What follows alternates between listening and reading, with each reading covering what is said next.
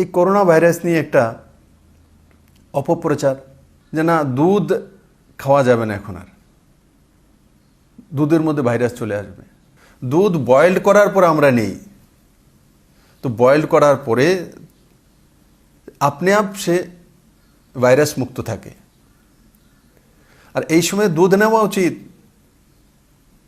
যদি আপনার কাছে থাকে ব্যবস্থা। ডিম বন্ধ করে দিয়েছে অনেক জায়গাতে, চিকেন খাচ্ছে না অনেক জায়গাতে। এই সময়ে এগুলোর প্রোটিন ভিটামিনের প্রয়োজন রয়েছে, যদি আপনার কাছে সামর্থ্য রয়েছে সেগুলো নিতে কোনো অসুবিধা নেই।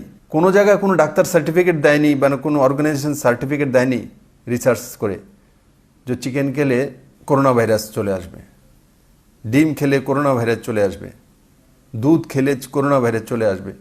এগুলো অপপ্রচার। যদি আপনার কাছে সামর্থ্য রয়েছে আর যদি এগুলো মার্কেটে রয়েছে, তো আপনারা আপনার প্রয়োজন মতো সেগুলো আপনারা নিজের ভোজন সামগ্রীর মধ্যে রাখতে পারেন।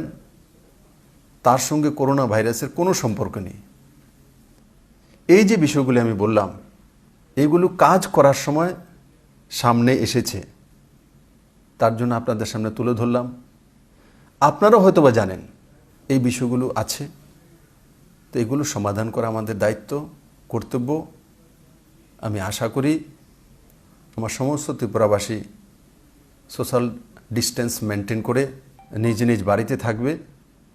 এবং আজকে যেই বিষয়গুলি আমি তুলে ধরলাম, এই ক্ষেত্রেতে যারা যারা রয়েছেন আজ থেকে ওনারা সেই কাজে নিজেকে সমর্পিত করে দেবেন এবং মানুষের পাশে দাঁড়াবেন। সেটাই মহান কাজ, সেটাই মূল দায়িত্ব, সেটাই নরেন্দ্র ভাই মোদীজি বারবার আপিল করছেন। সরকার সমস্ত ব্যবস্থার প্রতি সমর্পিত রয়েছে, কিন্তু যে বিষয়গুলি আমি তুলে ধরলাম এই বিষয়গুলি আপনাদের দায়িত্ব রয়েছে, আপনারা সেই দায়িত্ব পালন করুন।